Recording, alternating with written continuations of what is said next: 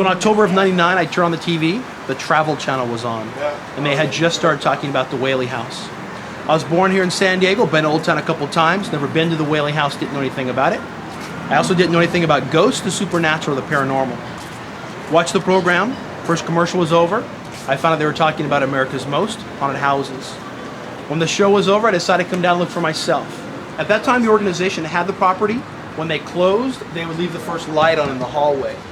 And with that light on, you can see through the lace curtains into the hall. I wanted to picture that before I left. Flash was ready, brought the camera up, went to the viewfinder, and there was a lady standing on the other side of the door. I had no idea who she was. I didn't want to be rude with flashing her face, so I did not take the picture.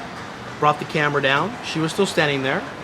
So I turned, took a couple steps back, looked back into the doorway, and at that point she was at the end of the hall, gliding left back where the stairs are. I could only see from the waist up. From the waist down, there was nothing there. Her hair was black, pulled back tight, part of the middle. She had a white shirt buttoned to the chin with ruffles around the collar. I had seen my first ghost. Not a scary experience, but I turned, walked down those stairs, got in my car, and I took off. Came back the next day, went through the house for the first time, and looking at some of the photos is how I found out that it was Violet Whaley. Because Yankee Jim was tall. The average height was 5'8", he was 6'4". So when the carriage pulled away, he fell, landed on his tippy toes, and it took him about 45 minutes to choke to death.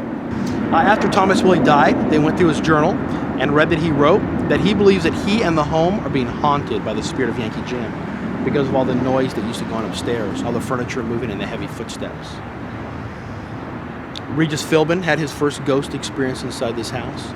He saw the mother, Anna Whaley, who died in the house of natural causes in one of the front top rooms.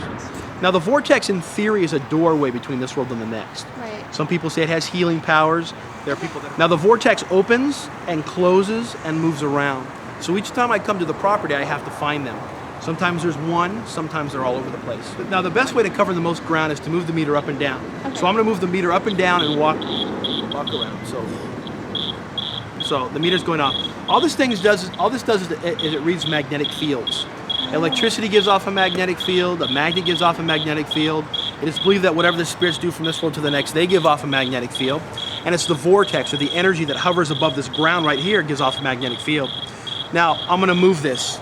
So when you find the vortex, you wanna move it all the way down to the grass. It dissipates. There's nothing coming up from the ground. There's no trickery, there's no high power lines or anything like that. So the spirit that's inside this room is what they refer to as grounded, meaning he's stuck here. He can't leave, he's always stuck here. So I found him in this building, and I would interact with him. I would refer to him as a man, a woman, or just a spirit. And I would share with the people that own the restaurant. And I finally opened them up to show people on the tour. So we come in here and I do a quick little demonstration. And people on the tour over the years were, some were psychic and sensitive, and they would give me names. And every time we would leave, they say, I think his name is this, or I think her name is that. And I would text myself the name. The most common one is John. So I'm just going to refer to him as John. Now, John is what they refer to as an intelligent haunt. John, if you can hear me, can you make the light stop? Oh, he already knows what we want to do. Well, that's his trick. So what I do is I ask him to make the light stop flashing, and he already did it. Can you make the light stop flashing again? Make them stop longer. John, if you can hear me, can you make the light stop flashing?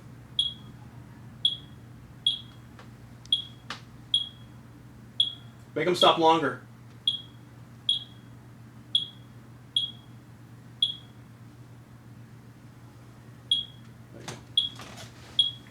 And the way that Old Town is flat now, it has always been flat. And this, of course, now is the center of Old Town, and at one time it was the center of San Diego, because this was all there was. And they used to have bear and bull fights. You know, if you go to Mexico now, you can go to the bull fights. They used to have them here over by the flagpole and in this grass area. So thousands of animals were killed in this grass area here. And as you walk by, it doesn't look like much.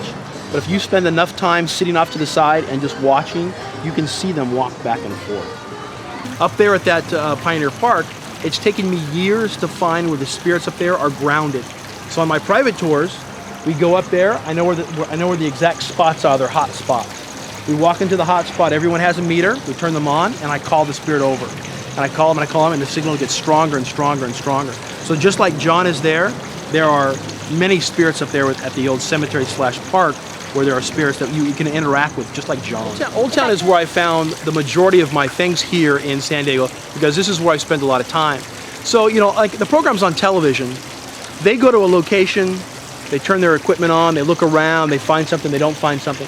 Especially the people that say, you know, I demand you do this, or I demand you do that. I'm not doing that. Because what I'm doing is I want to have a long-term relationship with these spirits. Now that might sound a little weird. You may not be able to wrap your mind around that. But I can go to these spots and I can turn my meter on and I can call the spirits over and they will interact with me. So mine is not a short term, mine's a long term thing. So because of that, I found a lot of stuff here in Old Town.